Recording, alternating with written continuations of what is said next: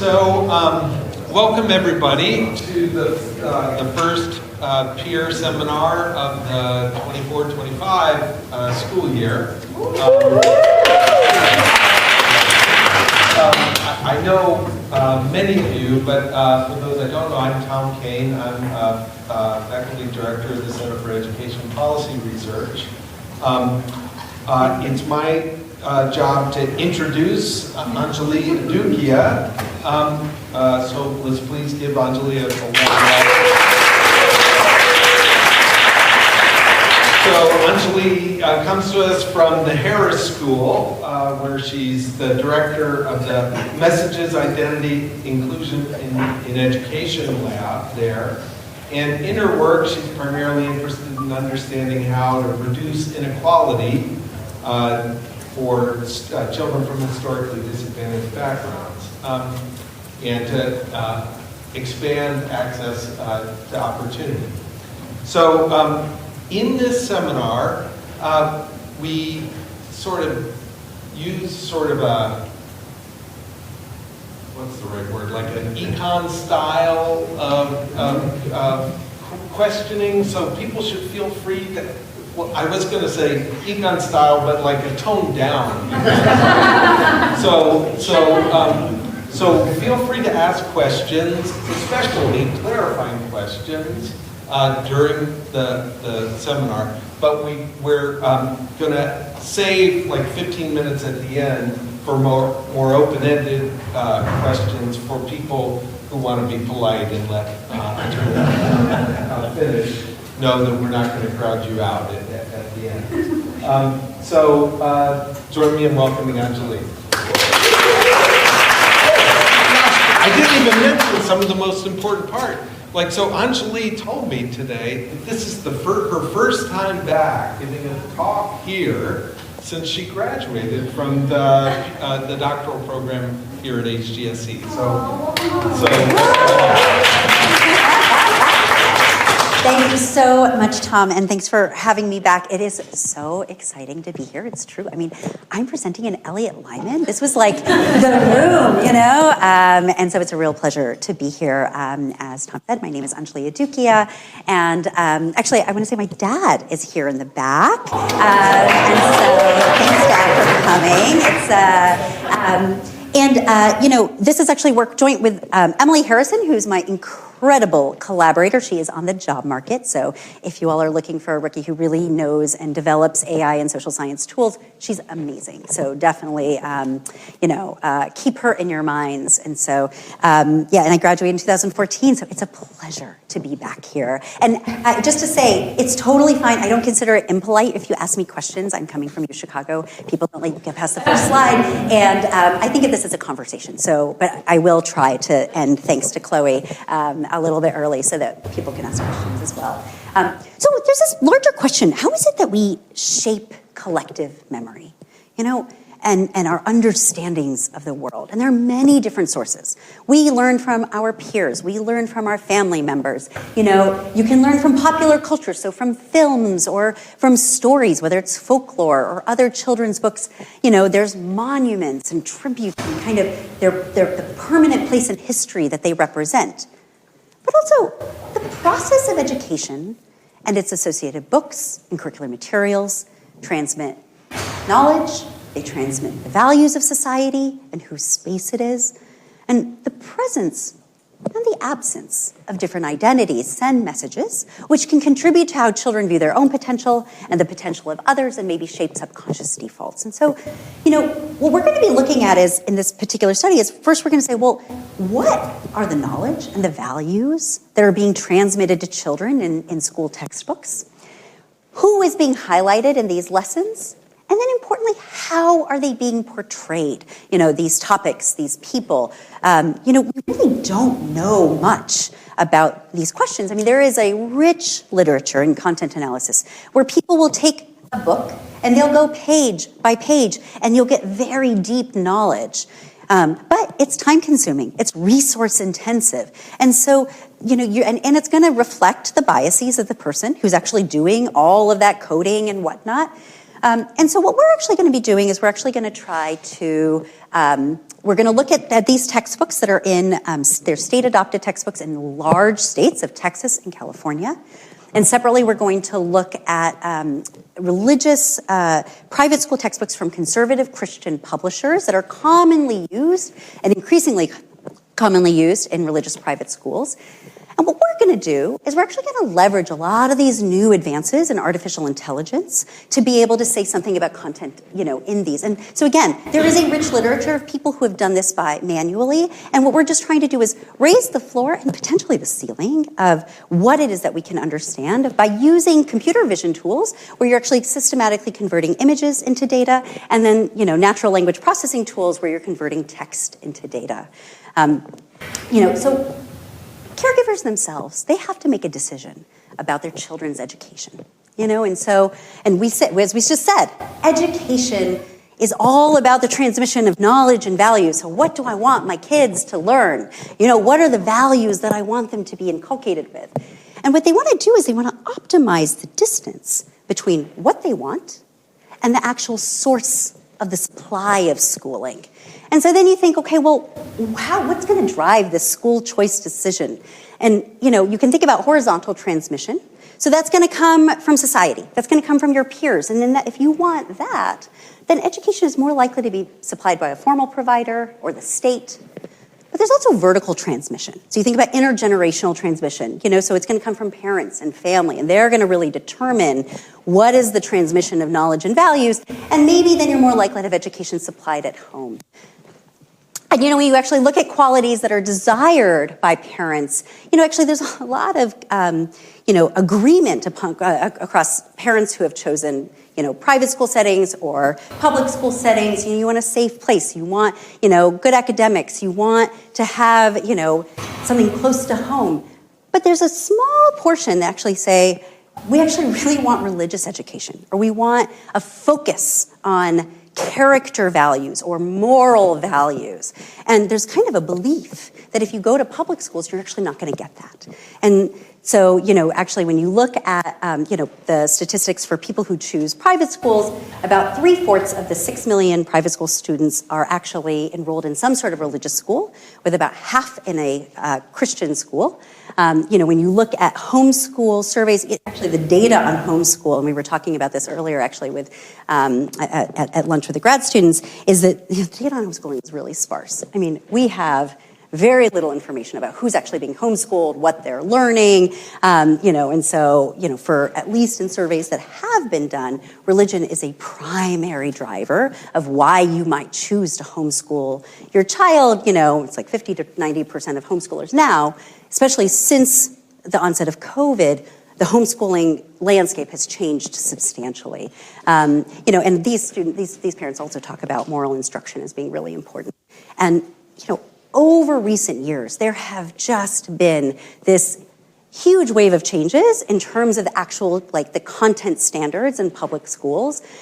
Some changes require greater inclusion. Others actually are focused on, educational gag orders where you actually need to, restrict content.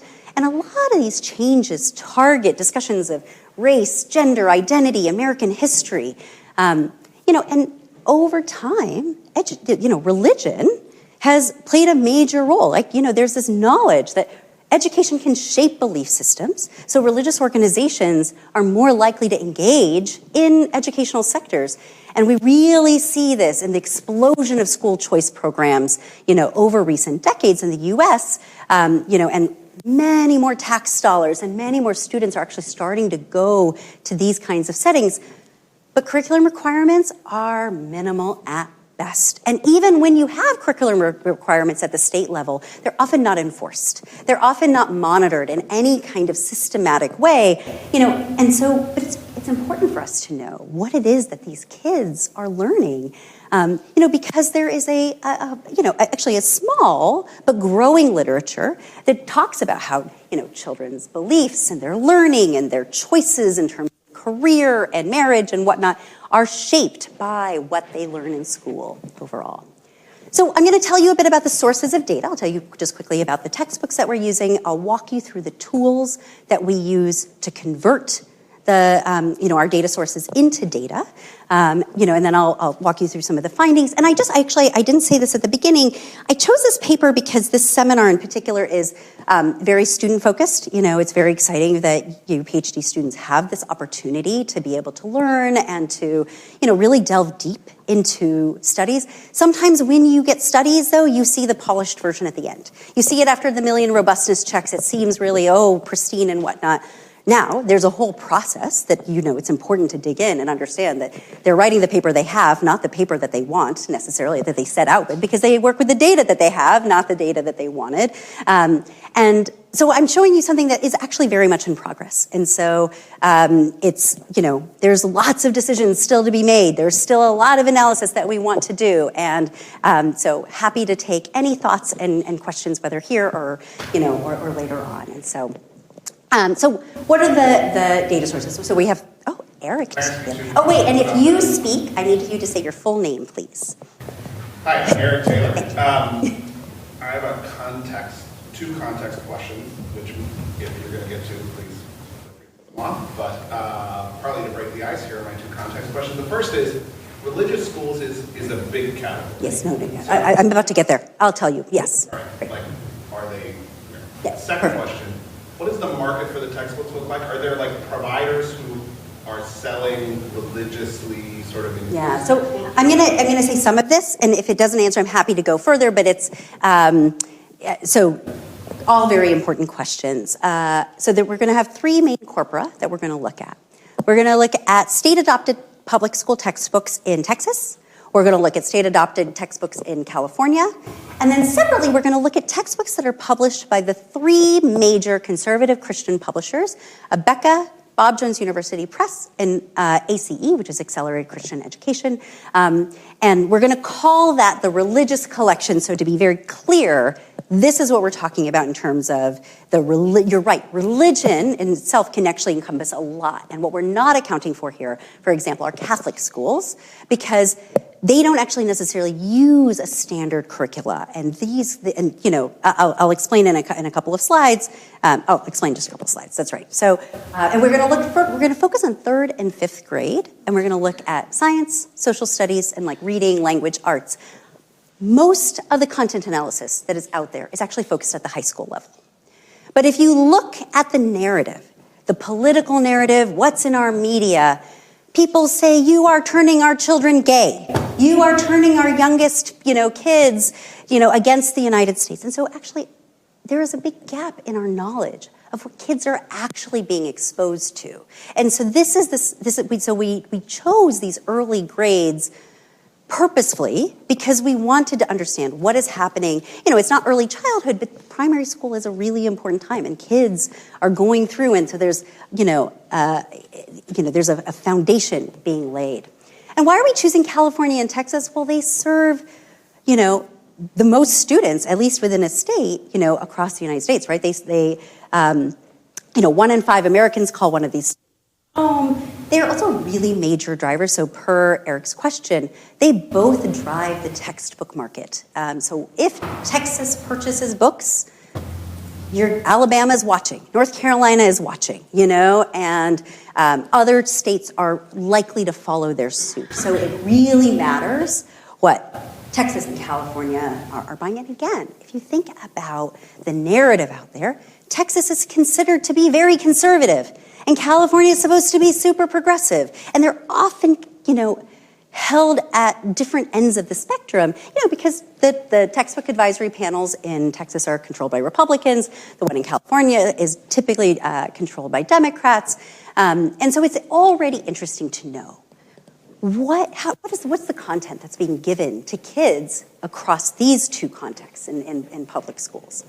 Now, separately, please, yes. So sorry. And your full name, please. PhD student here. My question is about how we should be thinking about an ELA textbook. I'm thinking about if I had an ELA textbook from 3rd and 5th grade, and maybe I'm just an outlier, but I think we often were reading more actual texts, right? And often this might have been referenced in an ELA textbook. Do you think about that? Yeah, so if for some reason, let's say they said, you're reading Bridge to Terabithia, or if you're reading one of these books, that would be in our curricular materials as well. So any of the books that were listed, and because in Texas, for example, up until 2012, it was dictated. Look at this. There was like, these are the books that you would use. We were able to collect that full list and go back 3 decades. And so, and actually what we did is, I think actually probably the hardest part of all of this was just collecting the books in the first place and digitizing them, like literally page by page, scanning the non-glamorous parts of research. And so separately, we're looking at these books that are actually produced by these conservative Christian publishers. And Huffington Post actually did a survey of public schools to see, well, what curricula are they using? And about a third said that they actually use textbooks from one of these 3 publishers. They are very commonly used in homeschool settings. In fact, the Homeschool Learning Defense Association, the HSLDA, is a very powerful lobbying organization for homeschoolers, and they have managed to actually keep curricular standards low. They've managed to really drive a lot of the political economy about this. And in fact, if Tom is homeschooling his kid and someone's like, well, what's your kid learning? He just has to call up the HSLDA, someone will come and they will fight for him. And so they've actually managed to actually really scare off a lot of the regulation over time. And these 3 publishers go back. And now if you go look today, there are more publishers that have come in the fray, but they are extremely influential, which is why, Huffington Post focused on them. And a lot of money is going through them. Just in Indiana, for example, if you just want to choose which textbooks you look at, like there was, over $16 million that went to 4,200 students just to get these textbooks in particular. And actually, they're very cheap. So, and since COVID, actually, and I should just say, if you just look at their websites and they have a whole section about like what our beliefs are, what our approach, they are very much driven in terms of their mission and their values by Christianity, right? So to be clear, it's not that these are Christian books. They are just put out by publishers that, talk about how the Bible is the verbally inspired and infallible, authoritative word of God. We believe that God created the heavens. We reject the man-made theory of evolution occurring over millions of years. There are people who are in this who actually are young earth creationists who believe that the, universe is 4,000 years old and, dinosaurs and humans live together. And I should say this part actually very much like, Emily was homeschooled in a conservative Christian environment, and so she just really knew a lot of the context, and she herself had learned that yes, that humans and dinosaurs actually live together. But if you want to homeschool your child in 3rd grade, it's really hard to find curricular materials to really help you.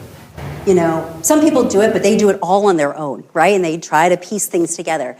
But I can go online to the Abeka website. For $1,000, I get an entire 3rd grade curriculum. I get lesson plans, I get videos, I get assessments, I know how to assess them. And so these are Google searches, over time, and you see Abeka is the most popular of them all. You kind of see it's pretty consistent.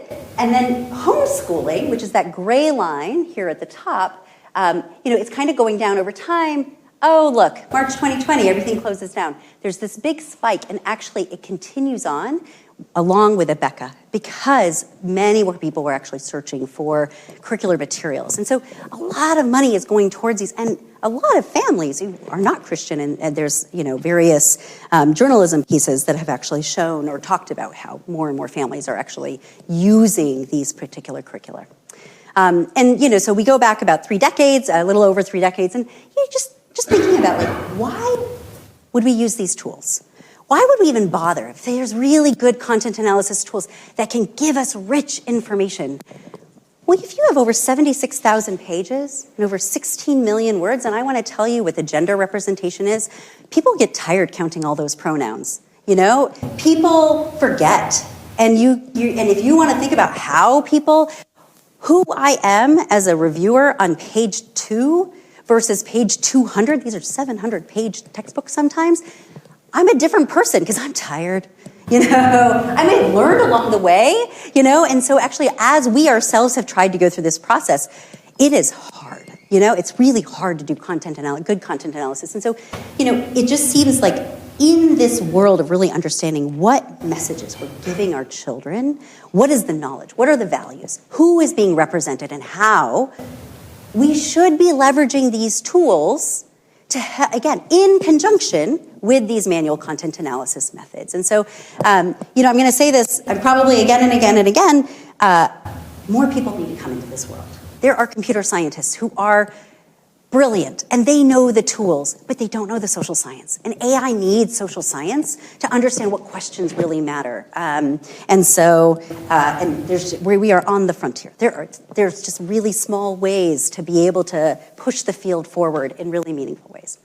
So what are the tools? Let me start with talking about how we convert images into data. We start with a digitized scan of every page in every book. Again, it would be much easier if we could just ask the publishers to give us digitized pages of everything, but we ourselves did it. And now, if we're just, this is, I'm just going to say about the who. Who is being represented? In continuing work, we're trying to look at the what. It turns out that a lot of these object detection models need a lot more work, and so we don't feel good about kind of telling you, oh, this is what we're seeing, because I think that a lot more validity and robustness checks need to be done of that. But at least to start out with who is in there, well, first we want to identify each face. And I'm not even talking about the full character, I'm not talking about the cat, I'm not talking about this book, I just want the face. And when we started out, we thought, we're just going to take the state-of-the-art face detector, Google Vision API, it does an amazing job, and we're going to run things through. And in other work, we actually look at children's books. There is an award that's given in the US called the Caldecott Award. It's like the Oscar of children's book awards for books that are for their illustrations and for their artwork. So we took a set of those Caldecott books, we ran it through Google Vision API, and we got 8 faces. And I was like, oh no, this is not going to work. And we're just a bunch of social scientists who know nothing about computer science. What are we going to do? We got computer science colleagues and collaborators, and they were amazing. And so, we use something called transfer learning. And there's a way, we don't have the money to be able to get billions and billions and billions of observations for people who come into this world. There's something called transfer learning. And what you do is you can fine tune a model and train the model based off of, the data that's relevant to you. And for us, 80% of our images are illustrated. And Google Vision API trained on photographs. That's really different. You have the blue robot, the green alien, you have different poses. And so now we actually needed to train it. And when we trained our own model, you can see what a substantial difference it made, right? And yes, please. So what we did is we actually had pulled from a set of separate children's books and pulled all of the, in this, we actually trained both a face detection model and a feature classification model, trained on both illustrations and photographs. And actually from there we had, 3 different coders code up 5,000 different images, and then, look at the agreement between them and then train the model accordingly, so. Wait, what was your name? Sorry, Thank you. You made a human labeled training corpus and then trained that. Correct. We used it. Correct. So, and it was amazing. Only 5,000 images to be able to then go from 8 faces to many more in that subsample. And overall, it actually, wasn't so. But if we had just used Google Vision, we would be basing all of our work off of 4,500 faces. And now we get to 57,000 faces just from this tiny little extra corpus to be able to use these neural nets. These neural nets are magic. Now, there's a lot of reasons why you have to be careful of them. And there's a lot going on in them. And so if you enter this world, just be aware of that, right? And everything has to be validated. Everything has to be checked. And I could go on and on about the concerns I have. But there's a lot of power in these tools, and you all are being trained in ways to be critical consumers and critical users. And so, it doesn't just apply to econometrics. It applies, to anything that you're doing. So anyway, that's just to say, so now we've been able to detect all our faces. We use that. Now, the first feature that we actually look at, again, these are children. Now, 3rd graders, they know how to read. But one of the first ways that people actually start to classify differences is actually that on skin color. Starting at 2 months old, kids can start to tell the difference between gradations in skin color. So, a lot of times the way people actually measure this is they'll have like the Perla scale or whatever, and you can visually match, I think you're kind of here, but baked into that is going to be how you're dressed, your education, all of these other things. But if I want to disentangle just skin color, and remember, humans are really bad at this. Think about the white and gold dress versus the blue and black dress, like huge viral internet kerfuffle, same image. But we have a hard time extrapolating from context. And so, but a computer doesn't care about context. It's just going to take a weighted average of everything. And so we said, well, how do we do this? I have this bounding box, so now I have this face, but I don't want this person's hair. I don't want the background. I don't want their teeth. I don't want, their eyes.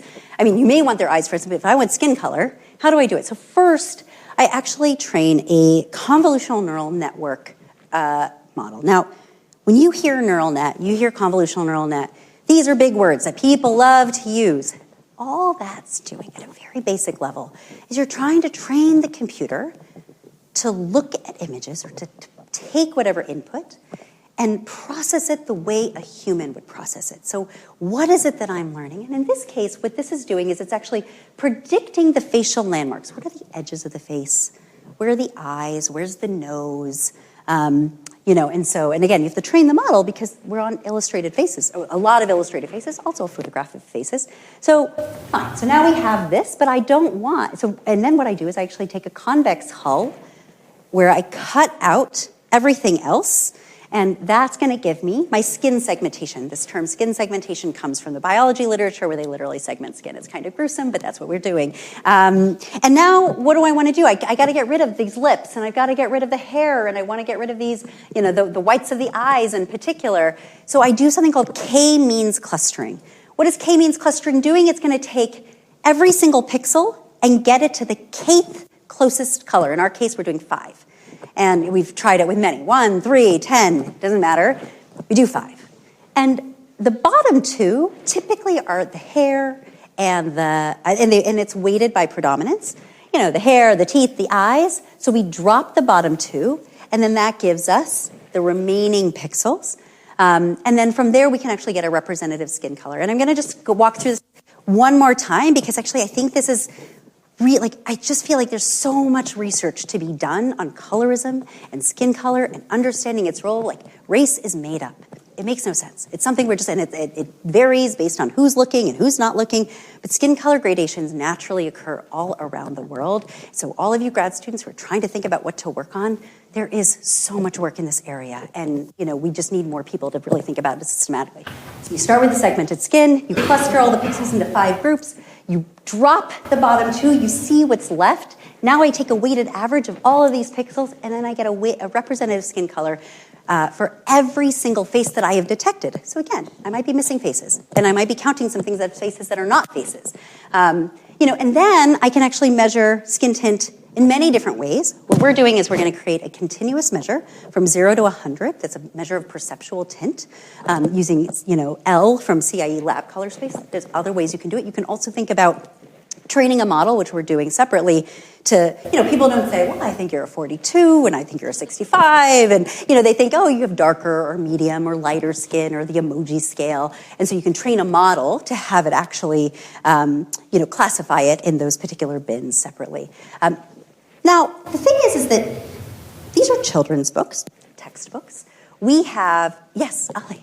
Thank you. Yes. Question. The first one is, can you help me with the context? So why are we talking about skin colors and we're talking about religious books? Is it about Christian books under, like the hypothesis being that they underrepresent certain groups? And then the other thing of the improved face recognition, do you have a sense in terms of who gets represented, how that affects your results? Like, is it just pure at random, or is it that the Google algorithm initially was worse at recognizing certain types of people that you're interested in understanding? Well, I think that's why we had to, in terms of who is being picked up in these algorithms, that's why we had to train our own model, right? Because we wanted to make sure, you're absolutely right, that these models are trained primarily on photographs, but mostly white, mostly men, mostly older people. We wanted to make sure there were children that were also being represented in terms of the different depictions, but also the robots and the sunshine and the dish and the spoon who are going off into the sunset, and we wanted to be able to have a whole host of different kinds of, and the question is, why are we studying these? So you think about, what is it that kids are seeing? What are the messages that are being seen? They say that a picture is worth 1,000 words, but there's also the text, and, there's images, there's text in these textbooks. Why do we care about textbooks? I mean, of course, you think about curriculum, there's three main components. Hello, I'm so excited. There's three main components to curriculum, right? There's curriculum as written, textbooks. There's curriculum as implemented. So I, as a teacher, might be like, I'm not talking about Martin Luther King, or I'm not talking, so I'm going to implement the curriculum in different ways. And then this curriculum is discussed. So as, how the peers and the students actually talk about it. We are only focusing on curriculum as, as written. And textbooks matter because it's like they say, this is the textbook example. This is, we are investing, saying this is the truth. This is the knowledge that we want all our children to, or we believe that our children should be learning. And so, we could have just started originally with the public school textbooks, but Emily had always been interested in these homeschooling textbooks because they're so common. And then in the Betsy DeVos era, so much more money went to these faith-based schools that were using exactly these curriculum. And public dollars are, increasingly going to these spaces, and especially in places like Indiana, where there was a policy where, every child should be able to use public funds to buy whatever textbooks they want. And so then, it's useful to know where is the money going, especially if we believe that our public funds should be going somewhere. So, and skin color is a relevant, it's like one of the first ways that people start to, interact with people. And you can, and separately, I'll show you in a second, we also classify, various features. Yes, Liz. Yeah, I might be getting in the weeds here, but I'm thinking... Liz and I went to grad school together. Oh, yeah. Yes, I was an Anjali's cohort.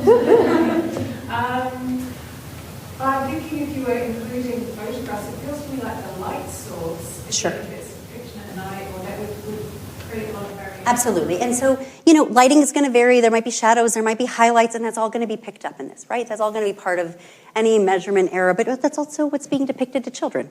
So if you're always showing someone in shadows, well, then that's what's being measured. And the thing about this is, remember that because these are, children's books and there's a whole range of different kinds of images, we have, humans, like everybody here in this room, presumably, right? That's like, but we also have black and white images, and we have, non-typical skin colors. It said the green robot or the blue alien. And so how do you, if you want to be able to do the analysis separately, one thing that, the way this works is that, the y-axis here is actually the standard deviation between R, G, and B. So RGB is a way to measure color space or color. And the closer R, G, and B are, the smaller the standard error, the standard deviation is. And so, and this is something Emily, 100% Emily, realized this, and so, after some exercises found that, anything lower than a standard deviation of 17 was likely to be monochromatic. Okay, but then anything above that, how do you decide the rest of the polychromatic faces? She also knew, she has a photography business background, she actually knew that when R is greater than G is greater than B, it's more likely to be human and not otherwise. And so we just simply use that simple algorithm to determine, and you can see how well it does, right? You can see that this has the greens and the blues and the pinks. In the middle, it's mostly, gray scale of some sort. And then up there is where you're more likely to get the browns and the yellows. So fine, so now we have our skin color. Separately, we train a feature classification model that predicts race, gender, and age. We also have other things that it predicts. I'm just going to be talking about these today. A big thing in computer science that actually people were excited about is that we added an unsure category as well. What that does is it provides the probability that a face represents a particular identity. And again, we used our model on this. And I'm going to say it again. every single component of this pipeline represents an opportunity for further innovation and work. This is all super flawed. And if we had more time, I would go through all the flaws with you and tell you why so many things need to be done and more work needs to be done. And let's partner with computer scientists. Let's let's bring it together. There's just a lot of work that can be done. I mean, as I said, we're just focusing on this one face. What about everything else? There's so many messages that we're missing. All right, so how do we turn text into data? So again, we start with a scan of every page. We use optical character recognition to encode the text into something that the computer can read. We use ASCII.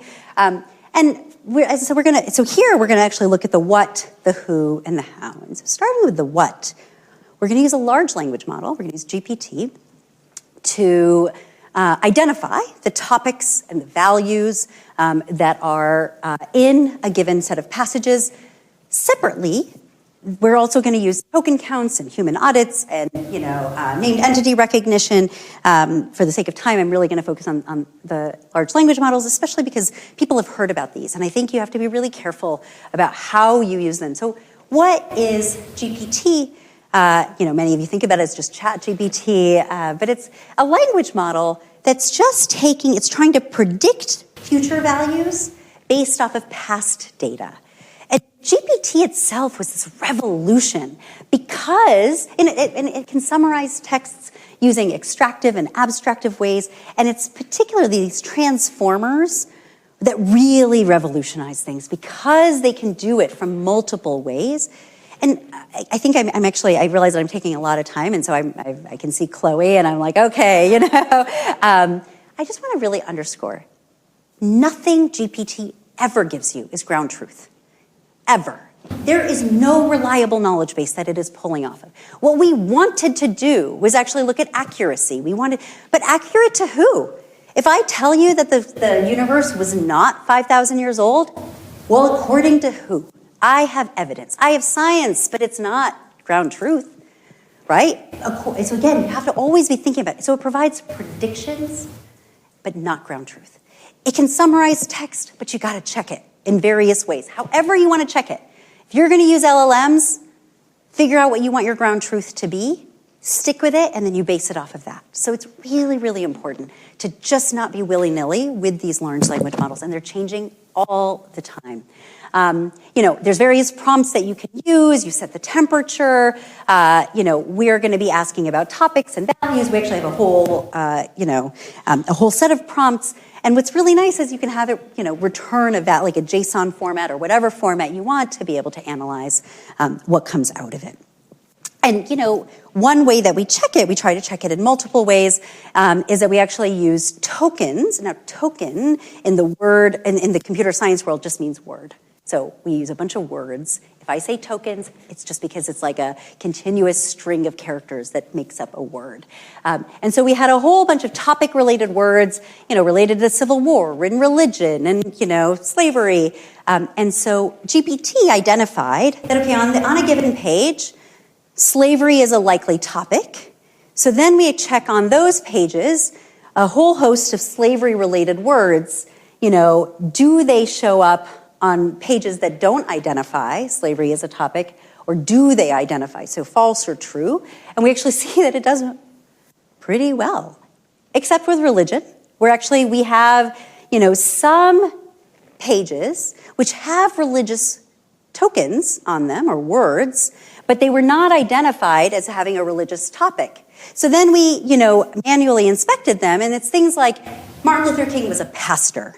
So it had the word pastor, which is a religious word, but the topic, the actual topic on that page had nothing to do with religion. It was just simply saying what his occupation was, and so that's why it shows up on those pages, but not in those pages. So this is one way that you can check it. You can also do human audits, which we're in the middle of. There's many different ways, but you just always want to think about ground truth regardless. Okay. So separately, we want to look at the what. We use something called named entity recognition. What that does is it takes all that unstructured text that's come from the OCR, and there's various libraries that it can match to. And from there, we can actually match it to places. So thinking about geography, we care about what is the geography that kids are being exposed to and how. We also care about famous events. Well, how is the American Revolution? If you care about the founding era, how is how much is the American Revolution talked about? What about the Civil War? Here it's the French and Indian War, But you can also use named entity recognition. So that's the what. You can also help figure out the who. So in text, if you want to think about identities, what are the different identities you might be able to pull? You might think about race, you might think about gender, you might think about occupation, you might think about birthplace. And so what we do is actually from that unstructured text, we run it through Spacey, and actually we can get a list of famous people. And there's actually a data set called Pantheon 2.0, where they've actually gone over Wikipedia and tried to pull all the famous names.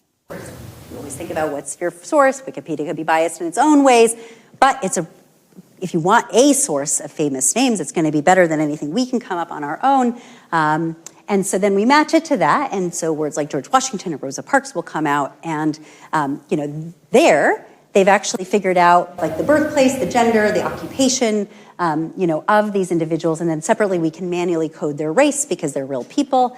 Now, there's a whole bunch of other words that are remaining, and so we then take the first word of everything that's there, Cameron went to the grocery store, Sue went to the lab, and then Cameron, we then take that first word, we match it to Social Security data, and, 91% of people in this SSA database who are named Cameron identify as male, so we call Cameron a male name. And we can do the same for all the names. If it's something like New York that's there, new doesn't show up, so then it gets dropped. So then that gives us some measures of, 2 measures of gender, race, and birthplace, and occupation. And then, of course, there's these other token counts, so pronouns, she, her, his, that are gendered pronouns, but also gendered terms like, girl and boy and queen and king.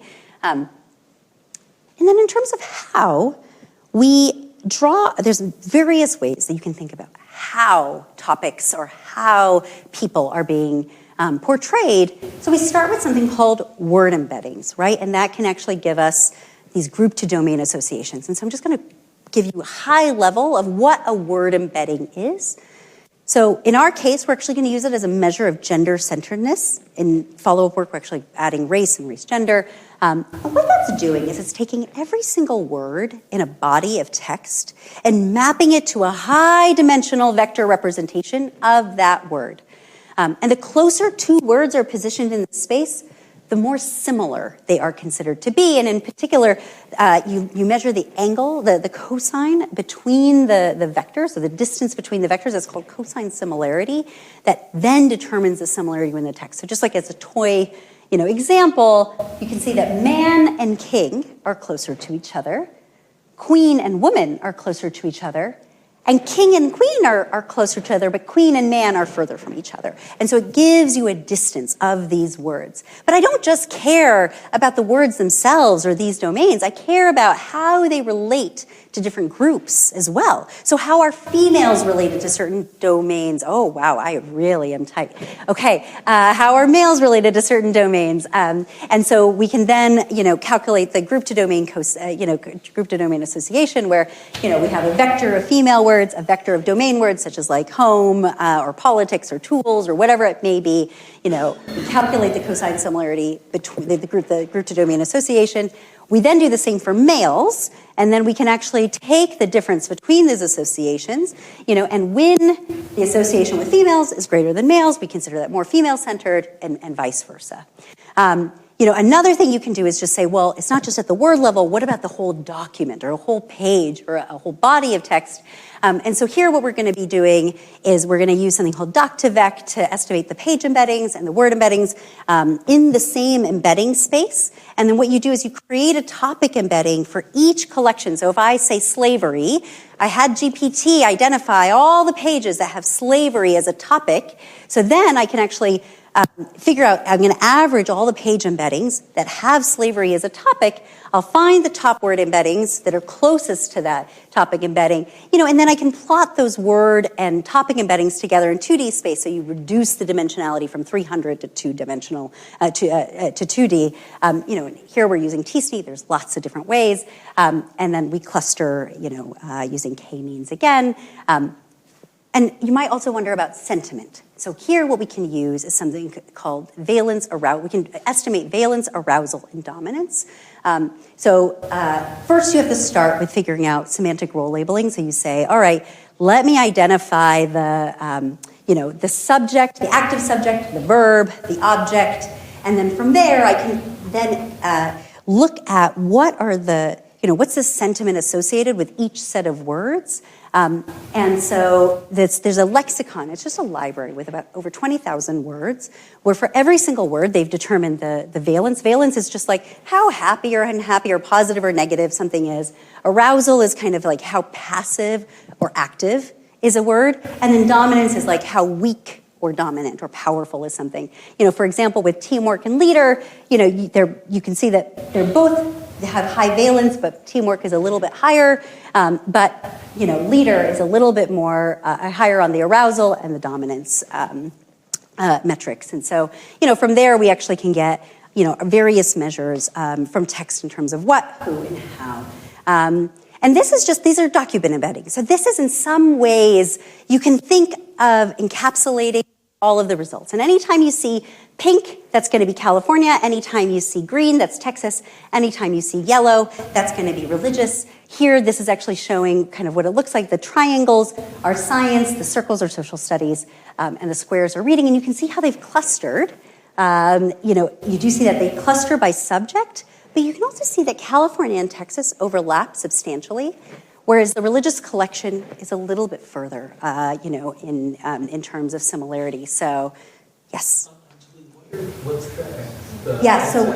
Good question. So when you use these T-SNE plots, right, what you're trying to do is it's really for illustrative purposes, that you're reducing the dimensionality.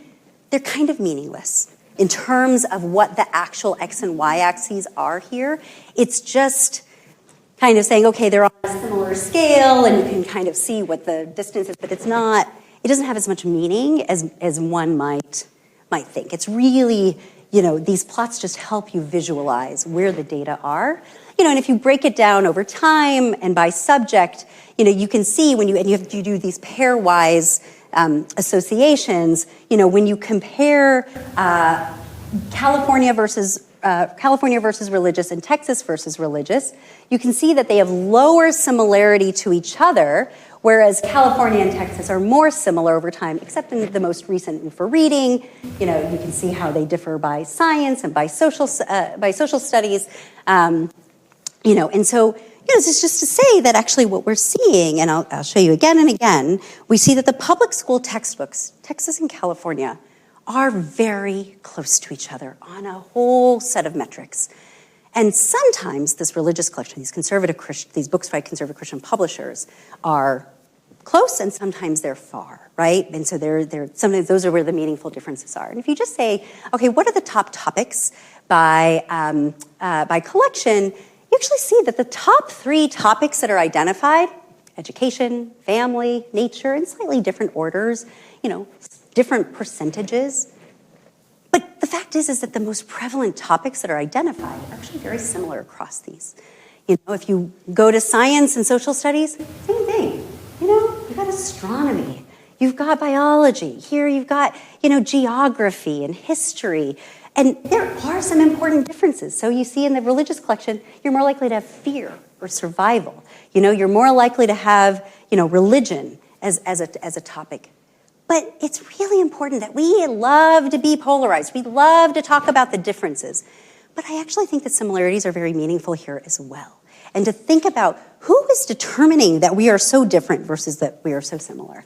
You could say as a check, well, how often are religious topics mentioned? You see that in the religious collection, you have much more mention of religious topics, and nothing in science for California and Texas, but you do see it in science also. Christianity is the most common religion that is mentioned, especially in the religious collection. But what people really care about are these contentious topics. Well, how are you talking about slavery? How are you talking about, are you turning my kids gay? Are you talking about LGBTQIA plus, or issues or topics or, what about evolution or creationism? And so what you can see is that the prevalence of topics differs, meaningfully between the religious collection in California and Texas. And so there's much more likely to be discussion of climate change, in California and Texas than in the religious collection. But what you also care about is how they are being talked about. And so this is where we actually use those topic embeddings. So this is where we estimate the page embeddings and the word embeddings in the same embedding space. And then we focus on just those pages that were identified as having slavery as a topic. And so then you average the embeddings on that space. And here, this is giving you the document embeddings. So again, Texas, California, and religious collection. And they're actually this is considered to be very close in this embedding space. And you can see all the words, the top 60 words, and the topics that are identified that they're close to. And so you see that slavery, civil war, and climate change are actually, slavery and civil war are actually discussed pretty similarly in terms of this embedding space. But when you look at climate change, you can see that Texas and California are really close to each other, but the religious collection actually is much further from them. And so, same thing in terms of religion. You see that the religious collection is close to Bible and God and sin, whereas over here, Texas and California are much more likely to talk about it related to the founding era of the United States. So, Quakers and teaching and, governors and whatnot. So there's actually much more connection to history, and at least in the US. And in evolution, you actually also see, that the religious collection is actually next to evolution and creationism, because what happens is actually when they talk about evolution, they're almost always talking about creationism and vice versa. Whereas, over here, you're more like talking about adaptation or extinction or species or animals or plants.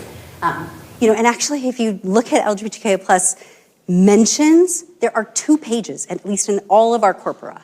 There's one page in California where they talk about California heroes, and they mention Harvey Milk and Chaz Bono, both white men. And the only time in religious textbooks where it comes up is talking about how, God designed marriage to be between a man and a woman. It's a threat to religious liberties, and whatnot. I'm going to skip these. Oh, and just to say, if you look at the top values, you see, again, it's pretty similar across each of these, there's differences in terms of percentage points. And so we could go on and try to think about and make something about that. But what you really see is faith actually comes out as a value that's identified in the religious collection, but not in the other collections. And we do see, different religious values and different, amounts of character and family moral values, at least between the religious collection and the others. So just in terms of historical figures, we can look at founding fathers and religious figures and whatnot, and you actually see that the blue line are founding fathers. A lot of the criticisms of critical race theory, for example, are they're saying that our founders are all enslavers and they're, racist and whatnot. So we actually see similar mentions across the board for in all of the collections, and how they're talked about is actually, at least the context, I should say, the way we're doing VAD here is the context in which founding fathers comes up is actually very positive on average. So you see that the valence is above 0.5 for all of them. It's quite dominant, much more dominant than just male pronouns overall. And you see this for, religious leaders and politicians. And so again, it goes against this narrative that we're just trying to turn our children against, the history of this country. Actually, if you look at least how the founding era is talked about, it's actually in quite positive ways overall. And you actually see that they're discussed quite similarly, even in this topic embedding space. So, and if we look at who is there, a majority of the individuals across all the collections are white. You even see this over time that most, and if you look relative to the population in the U.S., it's actually much more than the population in both California, Texas, and the U.S. If you wanted to look at the distribution of skin color in pictured characters, you actually see that California and Texas is more likely to picture characters with darker skin, whereas the religious collection is much more likely to show characters with lighter skin. When you look at birthplaces by gender, you see that there's much more geographic heterogeneity in terms of males versus females around the world. But and if you look at just gender, the religious collection is much less likely to show females in both images and in text. But interestingly, it hasn't changed over time for any of the collections. So if I mapped on this, actually, I should include that here, like GSS or survey, like social survey results, people's attitudes have changed substantially about like, yes, women should work, women should, it's okay if they're not harming their children, et cetera. But we don't actually see that in terms of the actual content. And so separately, we're actually writing a paper looking at the political economy of who's making these decisions and whatnot. You do see that, like, look, in science and social studies, someone might argue, well, it's harder to add a lot of females because this is history, or these are the scientists who were well known. But you can make that decision for reading. And so you see in both California and Texas that actually about 50% of the mentions are female, but you don't see that same pattern in the religious textbooks. Most of the gendered words are actually gendered names, and you see that most of the gendered names actually skew male. And so I know that I think I'm almost at time, if not at time. But just to say very quickly that we do see that the gender skew for all, for female words tends to be more positive, but much weak, like less, more, it's weaker and less active. You can also map various words in terms of like the average pairwise cosine similar to female words versus male words. Here it's like family versus politics, and the family words are above the 45-degree line, so they're closer to female words. Of course, you want to be able to rigorously look at that, so actually we do a placebo test where you draw a random set of words that's the same size of our domain of interest. Then you calculate the gender skew for that set of words, for a given domain. You repeat that 100 times, and then you can plot the distribution of those, of the gender skew. And what we see is, like, for example, women are indeed more likely to be talked about in the context of the home. But the gender skew for sports is similar to what we'd see in a random set of words. So I know that I am a little bit beyond time, and thank you, Chloe, for not putting the hook to pull me off. And I know I went a little bit fast, especially at the end. But I think just to basically, the takeaway for me is, as I said, is there is just so much narrative around that we're so different from each other, especially if you read the media, if you think about politics and what people say. And if you really systematically look, at least on averages, again, this is one way of looking at it. I can pull out sentences that are different. And that's certainly what the New York Times has done in a lot of their content analysis.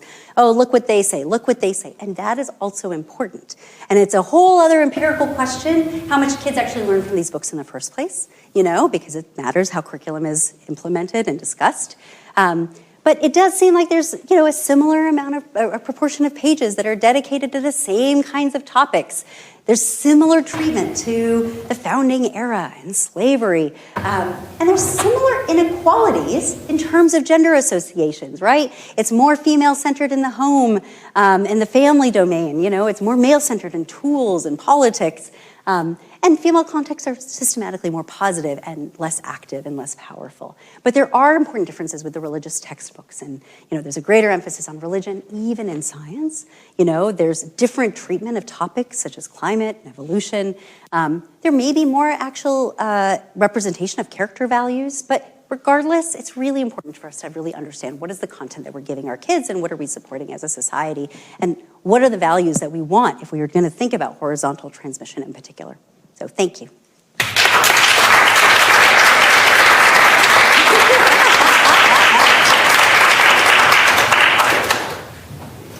Yes? So Anjali, you've exposed us to a number of different measures of, that we could be using in our research. But one thing I was thinking of that it'd be nice to be able to show, like, what the consequences are of some of these, right-hand side variables that I'm always looking for a right-hand side and a left-hand side. But one idea is, so for instance, in Indiana, it's one of the few states where private school students take tests, as well as public school students take tests. And I bet even though Indiana wasn't one of your two two states. I bet there's a ton of overlap in the textbooks used in Indiana Right, versus especially in California Texas. and Texas. Like, you know, if you could get access to the text from the questions, and could you make some predictions about how well kids would do on reading comprehension items based on the similarity or difference relative to the readings they've been exposed to, or even like on one table you didn't get to, which I was looking at in the paper that was fascinating, is Martin Luther King didn't make it into the top 10 list of famous people named in religious, but somehow Daniel Boone did. Yeah.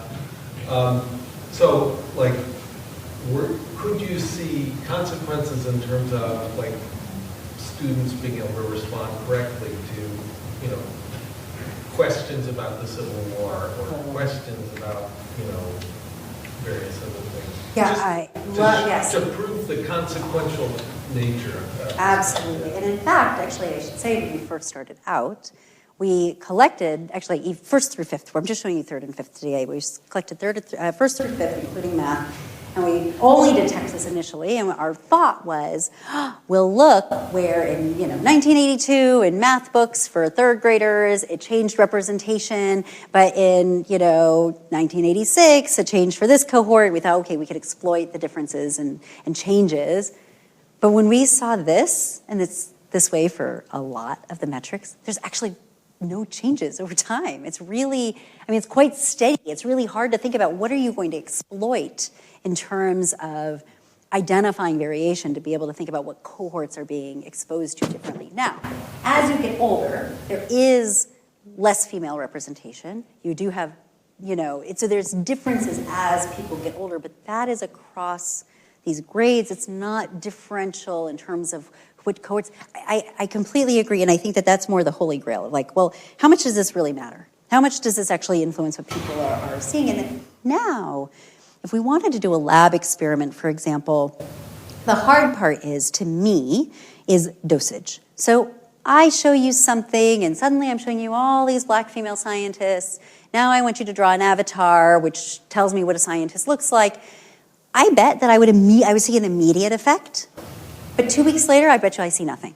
And what I really want to know is what's going to change, what's going to move the needle in the long run, not now. And so I'm exposed to so many influences that are trying to develop my mind that actually I don't know what the ideal research design is and a realistic research design, where I'm never going to be able to answer the question that I want, but I'm not even sure the question I have is still answering the question that I care about. But I completely agree that it would be wonderful to be able to look at these questions. And welcome any thoughts that, so.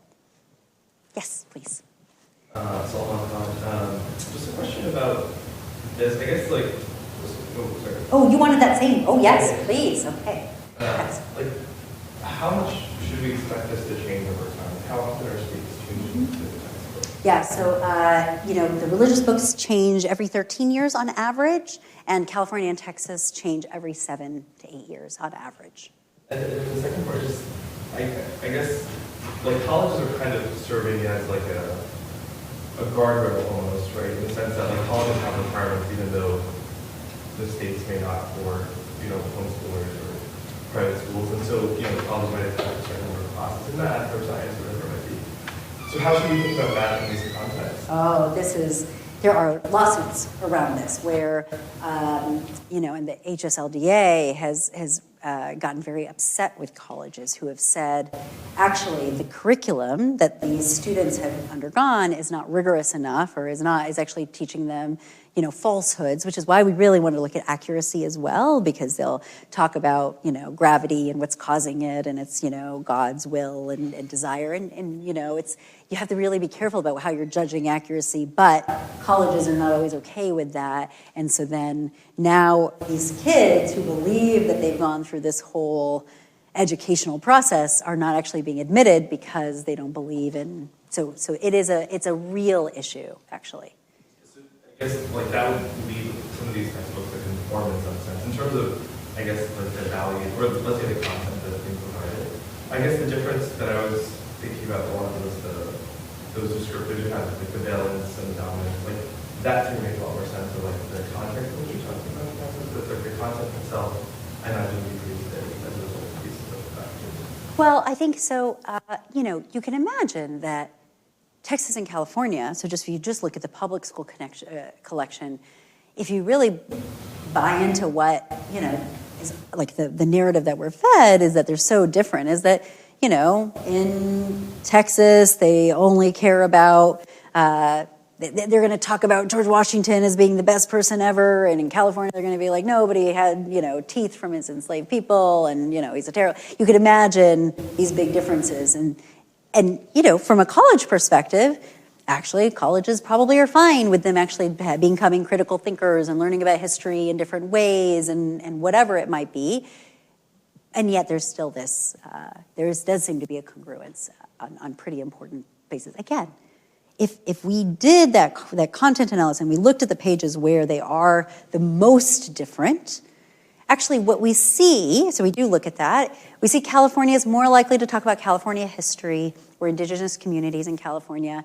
Texas is most likely to talk about TEKS, T-E-K-S. It's like their standardized test and kind of all the standards that are associated with it. And that comes up the most in Texas on pages that are the most different. And so you could also look at what's most different, what's most similar, and try to understand that. Yeah, Sebastian. Thank you for this presentation, also for being so open with the process. I really appreciate it. A lot of my students here. Yeah, I'm so excited. There's apparently a lot of people from the Brazilian Ministry of Education. Thank you all for coming. It's so delightful to have you here. But I have one question about something that we're grappling with as well, which is are token counts really additive? And how can we sort of test that? And I'll give you what I think is an example that sticks with me is, you were talking about slavery, right? So for example, if I saw a textbook where they say founding fathers were enslavers, right? Just that single mention, I would say, oh, this textbook is discussing slavery more so than a book that mentions it 30 times but doesn't say the founding fathers held slaves. Similarly, if they were saying, freedmen also had slaves. Spaniards had the first slaves in this territory, right? It would be just one mention, but I would still think, oh, slavery is discussed more, right? So the additive part of this, I'm curious how you think about it. Yeah, so when we think about representation, I think it's really important to remember that there's a difference between presence and portrayal. So we can measure mentions. So how often is something included? It's a numerical accounting of a set of words. How many times are gendered words, or how much is, words related to slavery or Civil War or whatever mentioned? But what also matters is how they are mentioned. And this is where using group to domain associations, trying to look at things in topic embedding space. So when founding fathers are mentioned, what are the words closest to it? When, you have more female pronouns and male pronouns, what are the words, that are more likely to come up, and what are the, average, valence, arousal, and dominance scores associated with them? And you might say, well, I really care about founding fathers or famous people because they're real people. I'm going to hear about Martin Luther King, not just in school, but otherwise. And so he's more salient to me. So I actually really just care about the Martin Luther King effect, and let me take Martin Luther King as my group and then compare it, look at various domains accordingly. And what is that group to domain association accordingly? And that's the portrayal piece, right? So I actually think it's really important. You're absolutely right. I think these are questions that we may value certain topics or people or whatever, or values more. So then we want to try to figure out the how and how they are talked about. And there are lots of different ways, and they give us different answers and different aspects of the how. And you want to understand, well, what's the training data? What is this really based off of? And what is this really giving me? And so then you have to understand then that'll tell you, hopefully, something. It'll shed some light and give you some insight about how they might be portrayed. But absolutely. And what we're not even talking about here, 700 pages. my attention on page 20 as a teacher even is much greater at the beginning of the school year than, we're in April and I'm on page 620. Are we really on that now? Am I paying attention? Am I tired? How much more attention am I giving? So you can imagine doing like story arcs and thinking, well, how does this, how does representation, how do things change over time? And so I'm not even showing that to you here. And part of that's just, yes. So I think there's a lot that you can imagine saying. Andrew. I'm Andrew Hill, and I'm also Mira Levinson, who texted me a question. So I'm going to merge them because I think we have the same question. So I think she and I are both a little bit skeptical of your portrayal of these as similar, more similar than expected. And so, first of all, she says, this is an amazing integration of computer science, social science, and curriculum studies. So that's the plus. And you're making an interesting argument of comparative similarity, but the content, the content of many of these religious texts, her words, is really off the charts crazy from the perspective of history and scientific disciplinary knowledge. What do you think your research is accomplishing insofar as it abstracts away from the actual content, like the Earth being less than 7,000 years old, etc.? I have also questions about cosine similarity, but I'll defer to Mira. So, absolutely. And I think that is where these tools have 100 limitations and more. And they're going to tell us something, and they're like, when we think about cosine similarity, it's really thinking about, well, okay, these, how closely positioned are these words and word embedding space, and we can kind of measure that. So it's going to give us a measure of similarity. It is not going to give us and there are other ways that we can try to pull out the context. And I think what we're trying to do here is be extra conservative and extra careful with these tools, recognizing there's actually really great content analysis of these religious, of these particular books from these publishers, and from Texas, and from California, which give us important insights into that context. I mean, there's a book that says the KKK was a civic organization. Okay, so if I want to take that group to domain cosine similarity with KKK, and how is the Ku Klux Klan talked about with various domains, and then this could be a systematic way. But if I want to kind of really, humans are important too, in terms of human audits, and there are really important good ways to do that. There are people who are experts in that, and we defer to those experts on that piece. I just think that it's also useful to know, on average, what is it that kids are seeing? On average, and so we haven't even gotten to some of those domains, okay? If we wanted to think about young earth creationism, if we want to think about dinosaurs are just amazing, the way that they come up. Actually, it'd be very interesting to look at the topping embedding space for dinosaurs and is it close to humans or not? Or I think there's a lot of very interesting questions that, one can actually go down for sure. So. I both say thank you. Thanks, Mira. All right, so please join me in thanking Anjali.